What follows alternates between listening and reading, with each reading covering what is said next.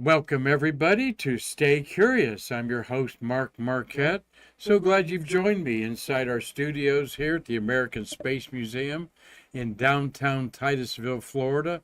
It's right on the banks of the Indian River, 3 blocks away, and 9 miles away is the big vehicle assembly building where my co producer, Marty Winkle, hung out. And did you actually have an office in the VAB, Marty? How you doing? I had an office in the VAB during Apollo. Uh, just that was part time. Had an office there through about STS, I think 10 or 11. Then we went to trailers. Then we went to the PCC, which you don't know where that is, but it's right next to the OSB, Okay. which is right across from the VAB. So Marty's a veteran of over 30 years with the shuttle, about 8 years with Grumman, right? And building the lunar module. And he and I have been together 5.5 years producing this little program that we're glad that so many of you find time to call it your social hour of the day. And quite frankly, though all things must pass, I don't think about that, as we have enjoyed meeting so many of you at our events that the American Space Museum's doing. There's Rosalie Jubilee saying hi, Doug Forrest, Freeway of an Other. Freeway of Other, okay. Thank you for joining us, a new person there. Dave Stang, he's up in Macomb, Michigan, and heard it was dipping down in there in the 40s up there. And then our resident astronomer in the Ozarks, Keith Sewell, is there. Hey, Keith, great to see you at the Astronomy Club meeting the other day. Well, we've got some shuttles of the month to talk about, but Marty, I just always like to remember, though people probably mad at me for doing so, this is our show 5 years ago today, Marty. All right. During the middle of COVID, we didn't know what was going to happen to our poor old world. I mean, seriously, a virus spread around the moon, from the moon to the earth. That's what I said in 1969 when they put the astronauts in those germ garb so that they didn't give us any moon germs. I go, that would never happen. And then COVID proved that something can go around the world and kill people and make them sick. So, yep, I like remembering that 5 years ago we were just getting our legs on this thing and reaching out to a whole bunch of people that had some cabin fever. And Gary Gerald, you were one of them. You told me he'd get off his tractor in Collins, Georgia. His wife told me, and couldn't wait to relax from the world's woes by watching us. So Gary Gerald, thank you for staying curious these 5 years. And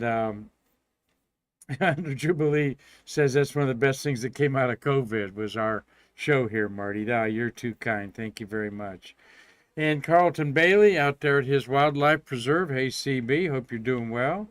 And we're going to talk about a mixed bag today, as I like to do. We're going to talk about one shuttle mission that 30 years ago threw out an opening pitch at the World Series. Who was that World Series between?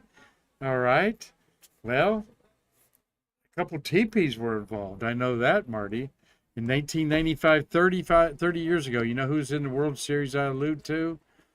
No, I really don't. You're a big baseball fan. Well, you'll find out here in just a pair of minutes, okay? And our sponsor today is Bid Again Auctions, which we have an auction on Saturday. We thank them for keeping the cash flow of this museum going in. I'm looking up something I need to know for my next slide here in just a second. We got a little noise outside because we got 35 Japanese students here roaming the building. We're grateful about that they're learning about space. And so Bid Again Auctions, okay? 350 lots. It's incredible, some of the stuff that is for sale that you can own of our space era. So I'm going to show you about a bunch of lots here at the end of the show. So that's enough time to hit that QR code or go to our website and sign up to bid Saturday. You can bid now as much as you're willing to pay for an item. And if you bid $200 and only gets up to $125, that's what you get it for. So, and Chuck Jeffrey we add a 20% charity fee. So if you get something for $100, you're going to pay $120 plus shipping. That extra $20 goes right to us. So that's how we help. Try to check it out. It's a great history lesson, isn't it, Marty? As you're going to see here in just a little bit. The moon is 28 and a half days old, Marty. So that means it is almost new moon. All right. It's a sliver this morning when you got up to get up early and do your running. Sliver of the moon. It'll be below the sun tomorrow. Okay. And that you can't see it, and that's new phase. And this is Monday, October 20th, 2025. So you'll see, start to see it for sure Wednesday, or for sure Thursday, and some of you Wednesday. It'll be like a 3-day-old moon there on Thursday. So to talk like an amateur astronomer is to know the moon phase, because when the moon is from 7 to like 17 days old, it blots out the moonshine, blots out some of the stars and objects we like to see. So it's not good to stargaze around the full moon. We've got a happy birthday to this beautiful lady. Twice a space shuttle flyer, Canadian Julie Payette is 60 years old today. No, 62, I'm sorry, born in Quebec, Montreal, Quebec, Canada, and she in 1963. Yep. So she second Canadian female in space. She's a talented singer and pianist. Spent 25 days in space on STS-96 in 1999 and STS-127 in 2009. She retired from NASA and then became the Governor General of Canada in 2017, which is a position she held for about 4 years, I believe. That position carried out for the Canadian monarchy the constitutional and ceremonial duties of Queen Elizabeth II. She's referred to as Her Excellency, or the Right Honorable Julie Payette. All right. And you read about her and her Wikipedia entry. Doesn't talk as much about her astronaut. There's she getting ready to go on board of 127 in 2009.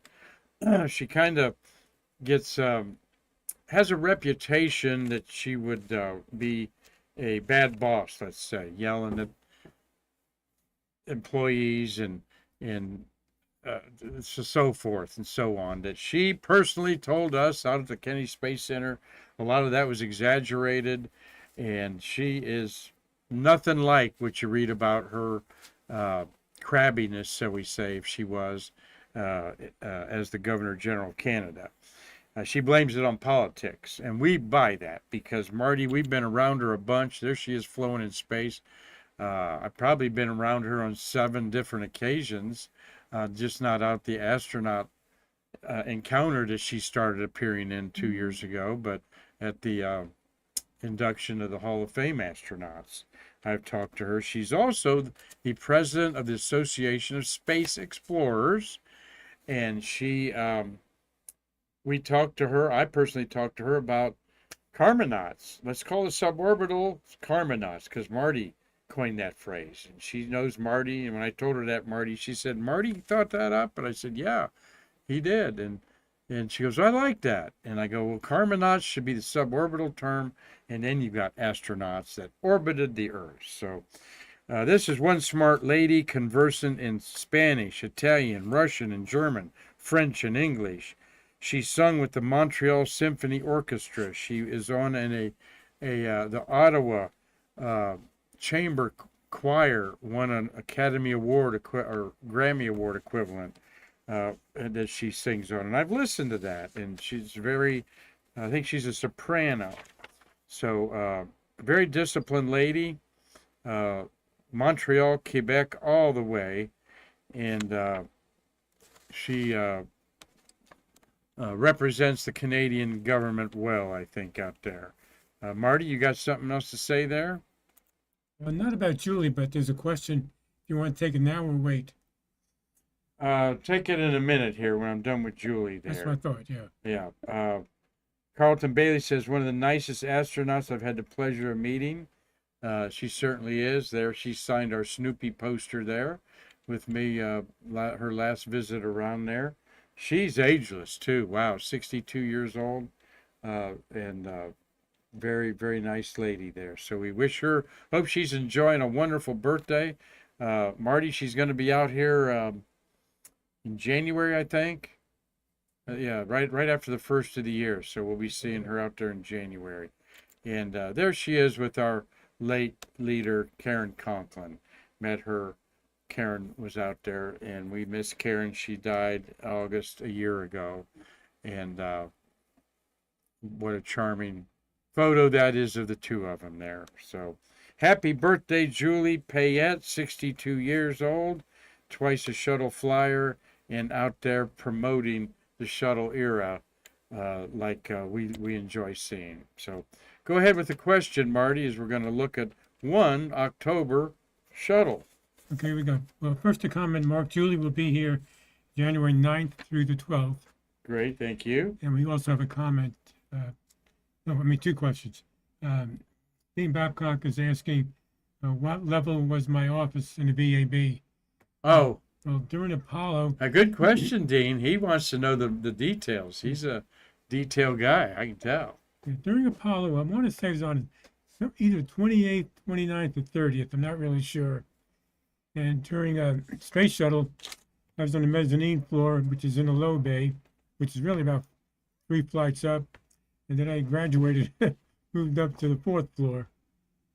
And that was it. Then we moved out of the VAB. 4th floor, that's like nothing. Yeah, well, so's the mezzanine. Yeah, right. Yeah, yeah, but You walk the steps every day. I know you. If you're only 4 floors up, you probably ran the steps every day. yeah, we also ran with Mike McCulley and a few other astronauts.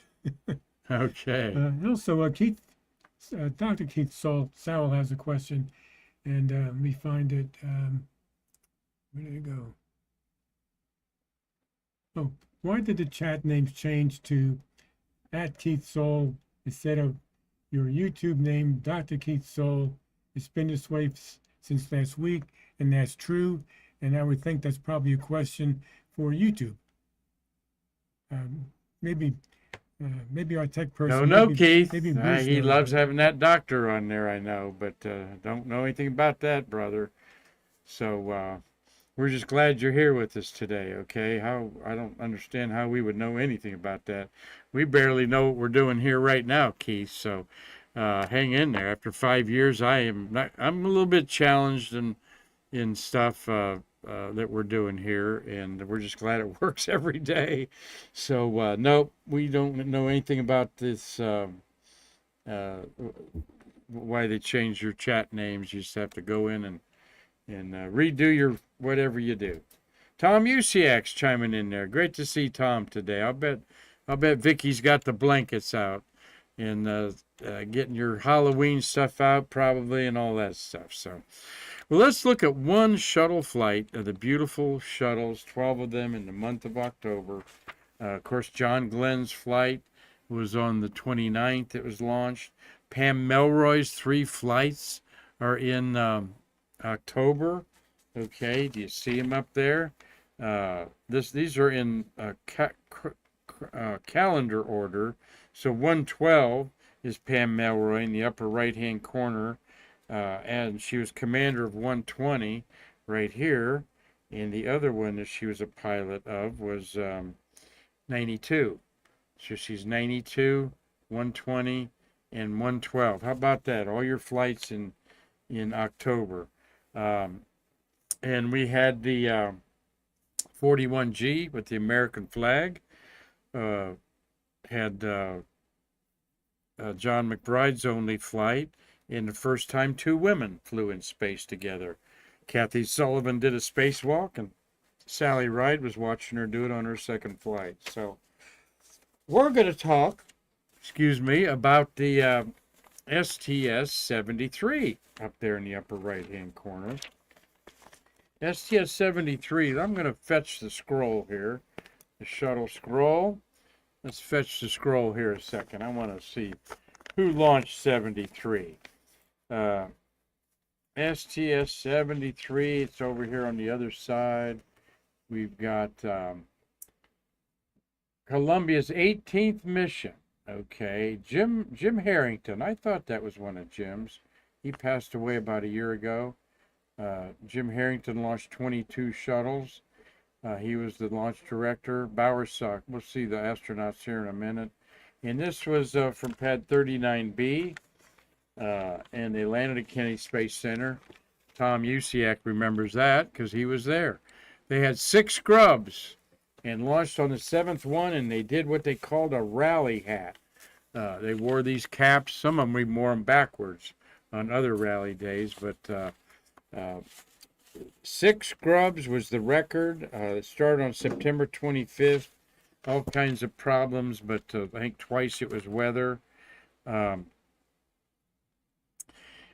once they got up, there's the walkout picture there with Ken Bowersox leading them. Kent Rominger. This was Kent Bowersox's third of 5 flights, so he was first command. Sox is over there with the mustache. And in the middle, crouched down, is Lopez Allegra. Michael, LA, as one of 3 flights here. That is the beautiful Kathy Thornton. Right there, Kathy's her last flight, 4 of 4. So she was an old hand, had her hands on the Hubble telescope, and that's Katie Coleman behind her. Beautiful Katie is on Facebook a lot, almost every day, celebrating on this day in history, and we hope to have her at Shuttle Fest. Katie's her first of 2 flights. So she and LA were rookies, and as was Albert Sacco and Fred Leslie. Sacco is way in the back, and Leslie's in the blue shirt above Sox's bald head, and that's Kent Rominger in the back there. And that was his first of 5 flights, Rominger there. So, wow, you had 1, 2, 3, 4 rookies. There's 7 there. And Kathy had the most flight of anybody. Leslie, Sacco, L.A., Coleman, and Rominger. That makes 5. Rominger, by the way, you got to have a mustache to be a pilot, it looks like, and a commander, Marty, because they both have one. Rominger holds the record for 67 days on the shuttle on his 5 flights. So he's got the most time in there. We're going to tell you a couple things about this flight, but one of the things I love is looking at the meaning behind the patch. And though I did it last week, I'm going to do it again for those of you that weren't around. This is the second flight of the United States Microgravity Laboratory, the USML-2. And here's the shuttle Columbia in the vastness of space. In the foreground, okay, are the classic regular polyhedrons that were investigated by Plato and later Euclid. So this foreground here's got a lot of meaning, as does the outer design and the inner design of the blue lines.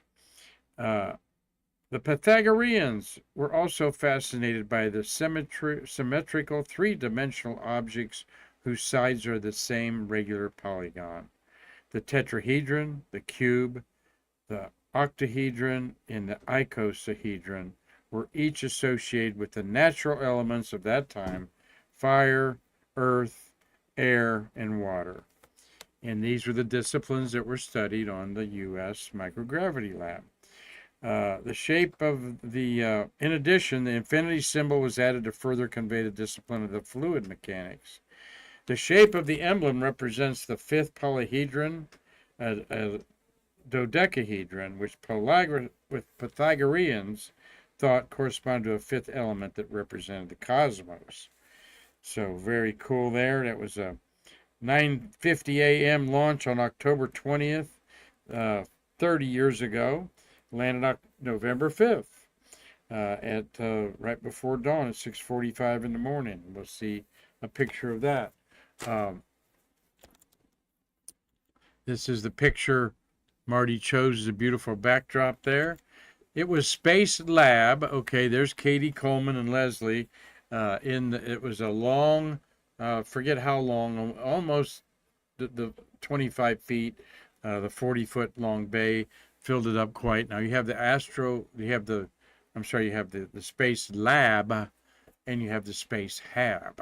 And the Space Hab is a little bit shorter, and Space Hab, the smaller one, was built as a commercial payload bay thing, where this was more of a scientific for all of the NASA disciplines to study there. I seen Dean Babcock asking if the stars have any meaning, and I don't know. I don't think they do. Usually they do, but they're so random there that that was not included in the notes there. So, and Tom Celentano said he met Sox after the mission landed. That's cool. All right, very good. Go ahead, Marty. Yeah, Dean Babcock's also making a statement. He says, I just lost again. How exciting it must have been to work in the VAB when maybe it was very stressful. Well, I'd like to comment on that. Okay. In the Apollo program, yes, it was exciting. You had that big Saturn V rocket in there. The lunar module was already stacked. We did some testing. It was just so unique. Also considering how new the VAB was at the time and how few people had ever been inside that VAB. So that was exciting.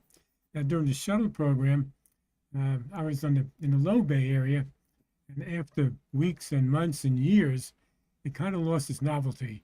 Then it was just not a very fun place to work, but it was work. And then Steve Holcomb mentions no windows. True, Steve, but we had some mighty big doors.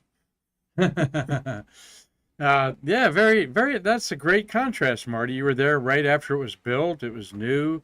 Everybody wanted to see it, I'm sure. Tours galore, and then everything kind of gets routine.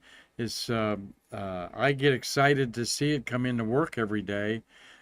Driving down one, and I turn to the right, and I see, wow, there it is. And some days I'll go a little bit longer, and think, wait a minute, I haven't seen the VAB today, because lots of times I'll get off one and go down River Road just to kind of slow down, and I like remembering where I am every morning. What am I doing? And what made the VAB more impressive to me was back in Apollo days, there was no OSB-2, there was no OPF or OSB. The VAB stood alone, basically. It was really unique. And one of the highlights, which I won't elaborate on it, but it's like a wind tunnel when you go inside the VAB on most days. And there were some reasons to hang out at the front. The wind blowing in constantly. Is it sucking in? Yeah. Sucking in or blowing out? It was it'd be sucking it in, sucking probably. in, yeah. So, very interesting. Fun times. That reminds me of maybe Dave Stanger, you all up in Michigan. Maybe even our good buddy, I see Chris Calley using his wife's moniker there, is watching us today. And y'all may have gone to the Pontiac Silverdome. What a place that was to see a rock concert and sporting events. And I was up there probably maybe 10 times in that thing, but it was supported by air. And you opened up the door, and it was like, blow you in there, because it was the air domed Pontiac Silverdome. I think it was actually more air blowing out, especially if I'll say the back doors were at least partially open. Okay. Well, thank you all. I'm glad that you're enjoying Resume, and Dean thanks you for the insights, Marty. People are always curious about, the minutia, and that's why we share some time on it. A minutia fact about STS-73 is coming up here. But boy, did it do science. It duplicated some of the experiments that were done in ML1, which was that was STS-50, I believe, was the first one.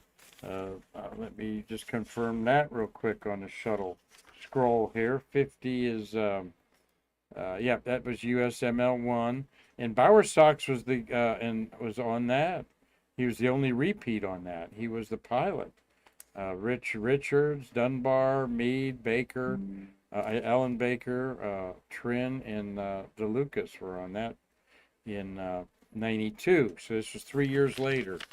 And they did some of the same experiments and got the same results. They did some of the same experiences and got different results. So that's why you do things like that up there. And there's a Katie Coleman. I have talked to her. She's got a new book out that she'll be autographing at the Space Center here pretty soon. And we'll hit her up and see if she wants to come to Shuttle Fest, be part of our Star City Saturday. So there you see the UG logo in the background, and different. She's got her hands in what they used a lot of, glove boxes, they call them, where you put your hands inside to operate an experiment there. And oh, I meant to put Kathy Thornton in there. So a great mission. While we're talking about it there, let me tell you a couple other things about. They had 1,500 protein crystal grown samples. Semiconductor crystals were grown. This 30 years ago. So imagine how this was the bedrock, I always say, for a lot of stuff going on today that's sort of routine, as well as these labs were what they used to have the model for what the space station is doing with the same type of laboratories, okay? All of these space lab missions were under the control of Marshall Space Flight Center in Alabama. Many of you don't think that through. You think, oh, it's Johnson Space Center where the connection is. No, all of the space scientific experiments, for the most part, are filtered through Marshall in Alabama, outside of Huntsville there. So, but there's things going on there that have really, fiber optics is another thing that was advanced with this mission. Go ahead, Marty. You got two questions. One from Carlton Bailey. Want to know, did I ever experience the raining sensation in the VAB? No, never have. My understanding is they had some. To that point, somebody was saying it was a misconception that there's atmosphere of rain inside the VAB. No, it never rained in the VAB. It was moisture dropping off of pipes condensing and so forth. Right, Marty? Yeah, and that probably would have happened even before the AC was put in. During construction phase. Then we got a question from Dean Babcock. Was there a mock-up of Space Lab or Space Hab on one of the tours that were offered in the SSPF? Maybe I'm thinking of something else I saw.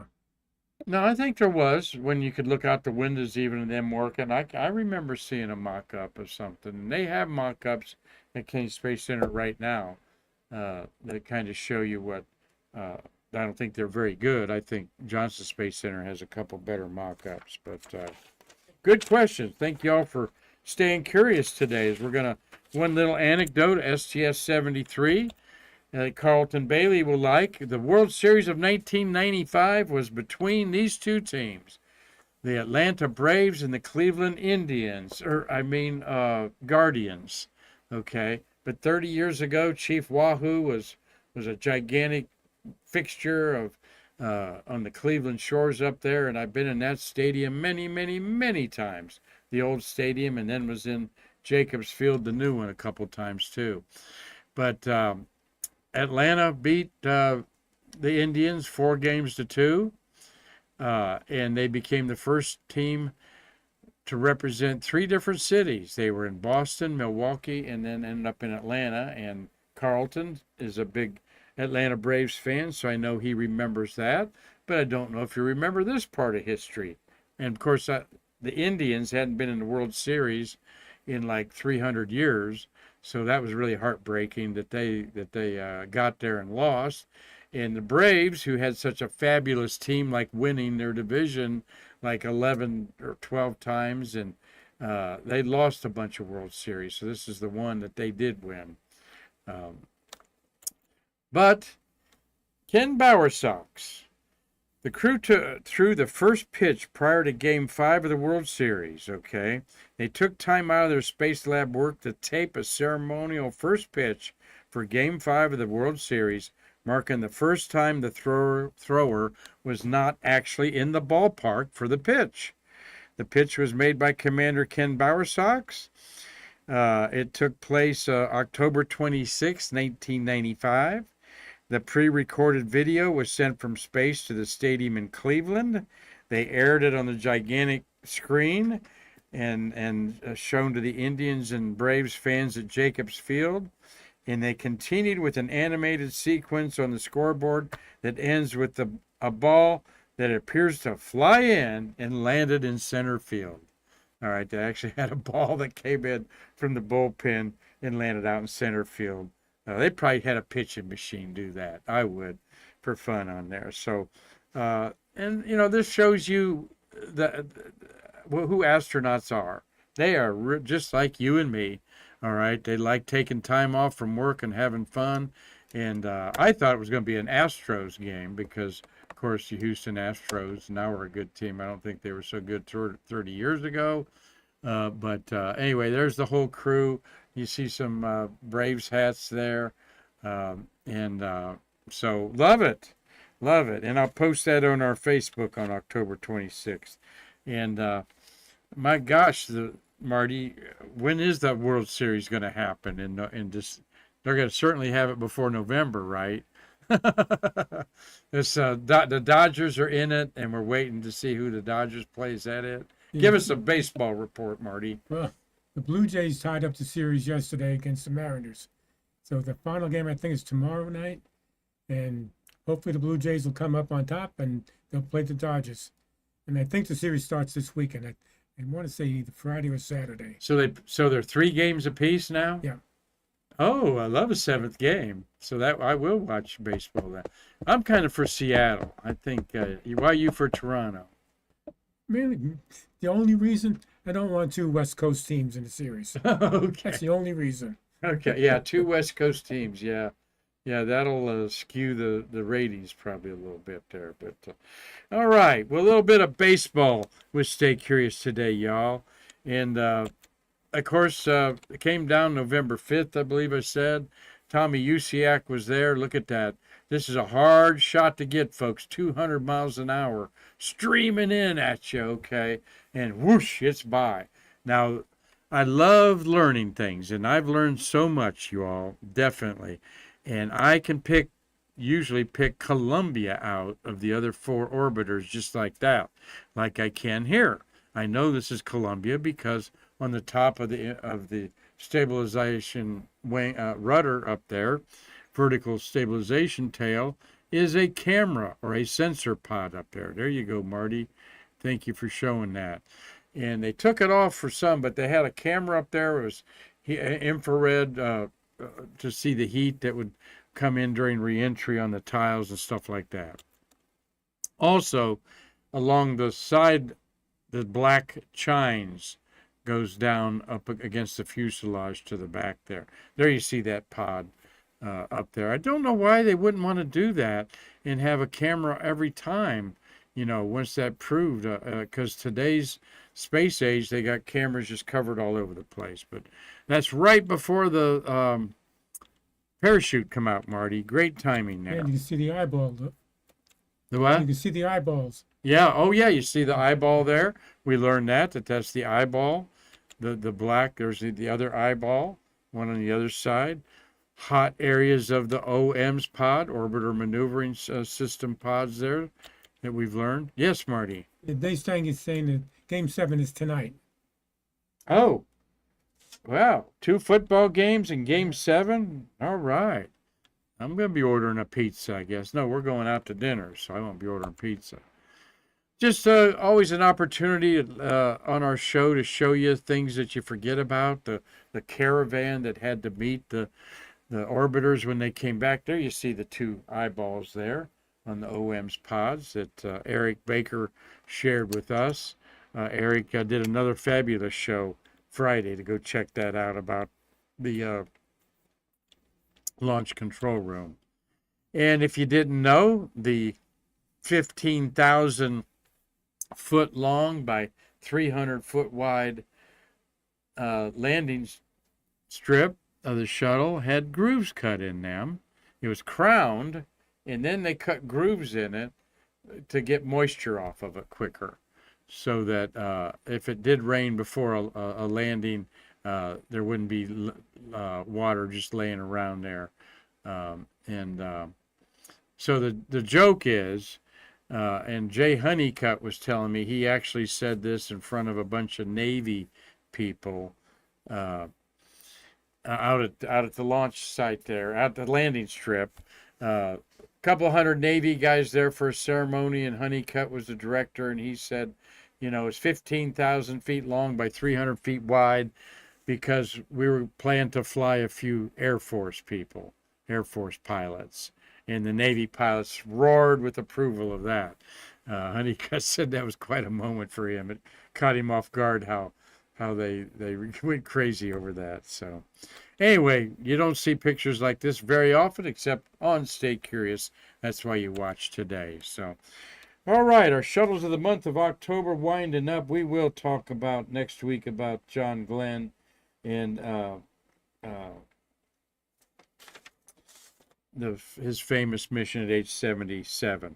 Let's get a little sky phenomenon under our belt here, so to speak, as a little bit of stargazer here, and then I'm going to have what's in the skies on Wednesday, as Marty and I have a board meeting, and we like scooting out promptly at 4:25. So we're going to talk about the belt of Venus, okay? Something I talk about quite a bit because I like it. As twilight progresses, the arch is separated from the horizon by the dark band of Earth's shadow, or the twilight wedge. This is the twilight wedge, and the pinkish right in there is called the belt of Venus. Not the planet Venus, though. The pinkish glow is due to the Raleigh, the scientist that discovered the scattering of light from the rising or setting of the sun, which is then backscattered by particles. So this is particles in our atmosphere being scattered, okay, by sunlight that's set. A similar effect can be seen when the moon is very orange or red, rising or setting at full phase, or they call the blood moon during an eclipse. Well, the belt of Venus can be observed is actually, there's a beautiful Neyland Stadium shot in Knoxville, Tennessee. The football stadium's to the right, and a beautiful shot by Paul Lewis, astronomy friend of mine, there in the Appalachian Mountains in the distance. The gray is actually the shadow of the Earth coming up as the sun has set against the lighter sky, and then you don't see it, of course, when it gets dark.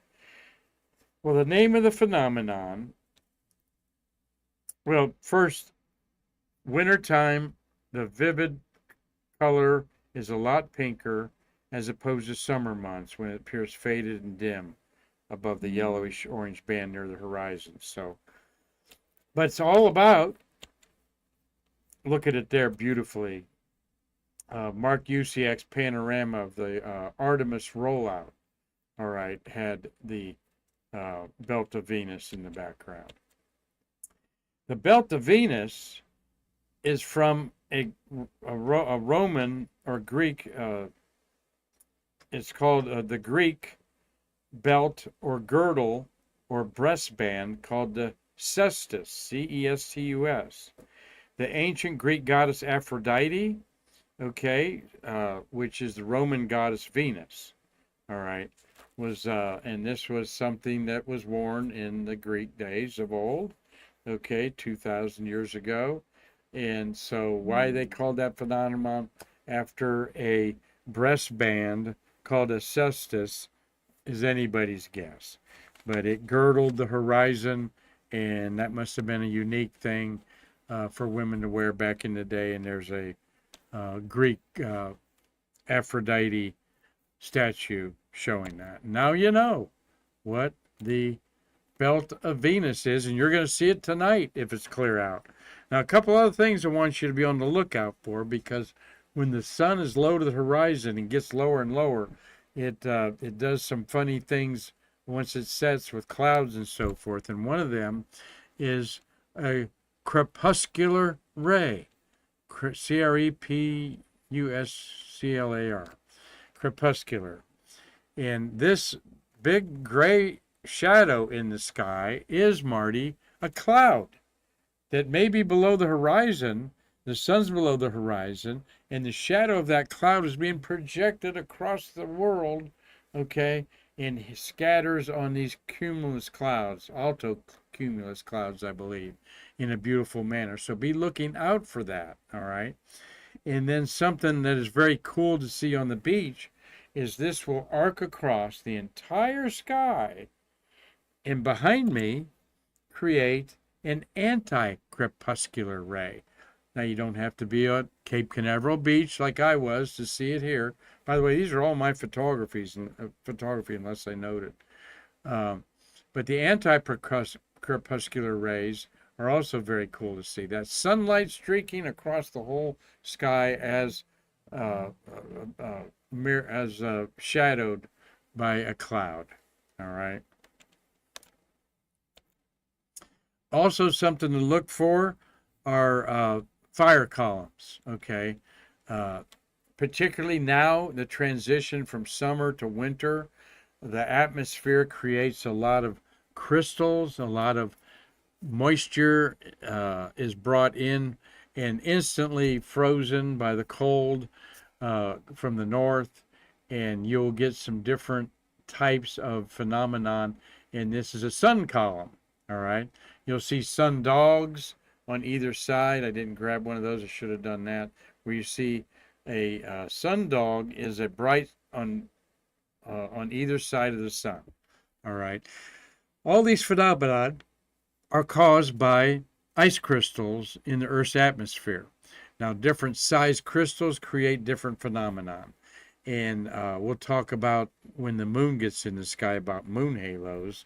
But the crystals by that always appear in the same distance from the sun. And it's just part of physics out there. So keep your eyes up on the sky. You'll see phenomenon from sunrise to sunset that'll just blow your mind. And this is a very simple thing to see sometimes. Once you see it, you go, wow, I don't see that every day. So maybe pull off in a parking lot like I did and photographed it, because you might see, a couple of these each season. And then if you're real lucky and you're out getting some sunrises and sunsets, this is a sunrise that I photographed. This would be a great shot, Marty, even without that bird flying by. So thank you, Mr. Bird, for really making this photo dynamic for me there. A sunrise there, and you just see the distortion of the sun as it came up in there. And what you want to watch when it sets is a green flash across the ocean or a horizon can happen. And that's a phenomenon created by the Earth's atmosphere. So keep looking up, folks. It's some phenomenon there. Our charity auction number 40, I've already told you about. Let's quickly look at a couple items to tease you to go and check out. Let's see. We've got Cliff's online here. Yep, looks like Cliff's watching. Great to see you, Cliff. So these are the typical items here, lots 129 to 136. Yep, you can get Buzz Aldrin's autograph on a picture of him there. That should go for around $400, all right? We've got 3 bids on it already, up to $150. When you see the Earthrise there, and you see the NASA worm logo, okay, all right, this is a after 1975 when the worm logo was brought about. This is a reprint. All right. If it was a regular NASA logo, Marty, it'd probably be worth $800, but this will go for a lot less. Hugh Harris's guide badge and 3 event passes there. You've got your Apollo Eyewitness medallion and a launch viewing patch there. Those launch viewing badges go for a couple $100. Kapton foil off of the Apollo 11. And then you've got something very rare. Dick Underwood was the chief of the photo lab at Johnson Space Center, and he trimmed these off of the leader of the movie film that was in the lunar module camera looking out the window. So you're talking about $1,500 with a starting bid of $500 on this. I'm sure the reserve is $1,500. And then an Apollo 11 Beta Claus signed by Fred Hayes. The Eagle has landed. All right. There you've got Ed White photo there on original Kodak paper. That could go for some serious money. I've seen one go for $1,000. The Spider lunar module flown wire coil section. All right. Well, you know anything about that, Marty? Jim McDivitt had that. That's $300 to $500. That could go for more. An original Gemini 7 launch with the long duration flight of Frank Borman and Jim Lovell. Now, Robert Gray's exceptional star and several other things from Robert Gray there. A Distinguished Service Medal that he was given. Why would you want that? Because Robert Gray was the director of the NASA Expendable Launch Operations at Cape Canaveral, Kennedy Space, and also Vandenberg Air Base. He started with Project in 1956, and he was Deputy Director of Launch Operations for Apollo and Skylab, and Kennedy Space Center Program Director for the Space Shuttle. So, very important man, Robert Gray, and you can own his medals that he was given that the family didn't want. And Fred Hayes signed a Skylab 1 beta cloth. And then you got Jack Lausma and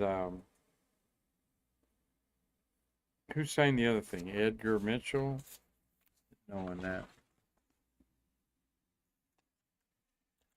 All right. Couple other things here real quick. Tease your appetite for our auction. You've got a Skylab flown heat shield. You got 3 Skylab astronaut autographs there. You've got Skylab, the last crewed mission, signed cover. Those are always cool to have. That'll go for $200-300. Original Skylab 3 Snoopy cartoon book. These Snoopies were inspirational cartoons that workers would draw. Ernie Reyes was one. John Tribe is going to do a show on us. The great John Tribe, English engineer, is going to do a show on the Snoopies for us. Here, he's working on it right now. Then you got videotape there. You got Apollo 7 consecutive red-numbered photographs that they took in Earth orbit. Apollo 9, and then you got Apollo 11 signed vintage lithograph. That's a crew-signed vintage NASA lithograph over there on the right, Marty. That's going to go for $2,000 to $3,000. I'm looking for their signatures. I don't see it. They must be there in the surface there. We'll look at that later. And got some, where's this one there? You got Valentina Tereshkova. Okay. Photo of her. The hat's cool. Apollo Soyuz test project items these represent. And they played up the big Western deal in America with the cowboy hat. A rare major hardware requirements rotating guide. All right, that would be cool to have. Deke Slayton autograph there. Russian cosmonaut Alexei Leonov signed postcard. I might bid on that. That looks pretty cool. And the Russian autograph stuff doesn't it holds its own, but not as good as some of the moonwalkers, of course. And then we've got the Apollo tree seeds on the left, and Marty Winkle has some Kapton foil from Lunar Module 12, Apollo 17, removed from the launch pad. That's your second item right up here, second from the left. Marty, tell us about that. Well, you just read it basically, but I have the Mylar, I'll say, taped to a Chris Cowley rendition of his. I forget what he called that piece, Mark. Anyways, Chris said he'll autograph those when they do sell. Yes, that's but also, right. Mark, that seeds to the left, that was mine also. The moon tree? Yeah. Oh, okay. I just have no place to display it, so I figured I'd put it into the auction. Okay. Well, that's an interesting thing there, Marty. A 41C flown plate from Lockheed. That'd be cool to have. This is beautiful. The Winco Apollo 40th anniversary framed with the COA, and that is Paul Cowley, Chris's father's, my favorite Apollo painting of his. It's called The Great Moment. Okay, and that's the last one in the upper right where you see Neil just putting that foot out there. And then you got some Fisher pins signed by Jerry Carr and Carrie Fisher. All right, that's interesting. The actress and the astronaut. A shuttle award for the Apollo-Soyuz landing test, and Bruce McCandless signed numbered autograph. Okay, there, it doesn't say that's signed. They're just trying to sell the photograph, I guess. And last but not least, one other. Oh, that is there. Okay, that's all that we've got there. That's all, folks. Showing you today of about 25 lots there that you can't live without. So cool. History lessons you see as you go through that. Right, Rosalie? Glad that you're watching today, and hope that you get going and start bidding on stuff there. Go ahead, Marty. Okay, Steve Babcock is asking or stating, Mark, you didn't mention the Cleveland Browns. They walked all over the Dolphins this weekend. They did.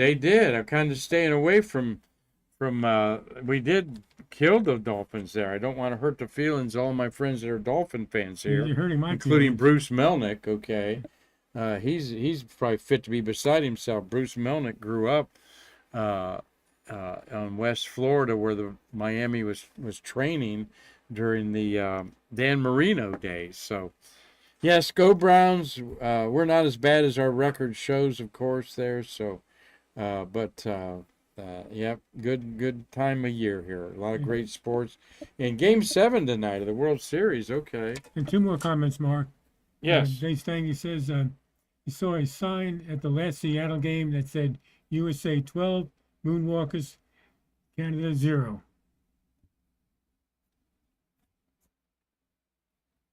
Okay. I didn't hear. Oh. It said USA 12 Moonwalk. Okay, that's interesting. Okay. That's cute. That's good. We love that. All right. Cliff, God bless you. He said he's going through treatment, and he's going to try to come for Shuttle Fest. And Cliff has made no bones about it, men. He's had his tests and so forth for prostate cancer, and he's got it, and he's battling it. So hang in there, brother. Just like women breast cancer, men's prostate cancer is something that you must stay on top of. And I do, but between visits, it could even happen like Cliff said it did to him. Go ahead, Marty. Steve Babcock is asking, where in the land did the wire coil have been? All right. It could be most anywhere. I mean, I'm thinking it could have come from the rendezvous radar or the S-band antenna. It could have come from the landing gear. I have no idea for sure. Okay. Well, thank you all for watching today. My daughter Jessie's watching with McKinley and Macy. Hi, kids. Great to see you all yesterday, and Grandpa will be coming up to Tennessee soon. We've got Freeway of Other watching. We appreciate that you found us. Doug Forrest, Dave Stange, Dr. Keith Sewell, Dean Babcock, Carlton Bailey, Gary Gerald, Steve Jokums, and I both happy with our Ferrari Formula One team in Austin this weekend. Tommy Usiak is watching today. Neil 1030, thank you. Another one of our knowledgeable viewers, along with Mr. Chris Calley, very talented artist. Tom Celentano. Mitch Rothman is up there in Colorado, just enjoying the good weather up there. I can smell that fresh air on those Rockies there, Mitch. And Cliff Watson in Pomona, Australia, joining us today. Yeah, we also have Fred Kilner watching. All right. Thank you all for watching today and participating. Hope you enjoyed our mashup of space shuttles, space history, little atmospheric phenomenon that I'm going to be sharing more with you, and even some baseball knowledge about the Indians and Braves World Series 30 years ago. They made the Indians change their name, Marty. They didn't make the Braves change their name. They made the who, and I say made who. Well, that's getting a little political, maybe, but times change and things change, and so we also have the Washington Commanders instead of the Washington Redskins. So all changes made about by people that weren't of. There were no Indians that didn't want the Indians to change their name. They all were for that. They liked the publicity. Anyway, they're the Guardians. It'll be another 30 years until they're in a World Series, probably. So, Marty, thank you for a great job on Streamlabs. We had a guest lined up tomorrow, and we had to move that. So we'll come up with some more Stay Curious things of interest for you all out there. Tell us what you'd like to see. You can comment or reach me at marq@americanspacemuseum.org. So until tomorrow, when Marty and I wind it all up again and pitch it to you, I'm Mark Marquette saying I can't wait to see you in our museum to bridge the space between us.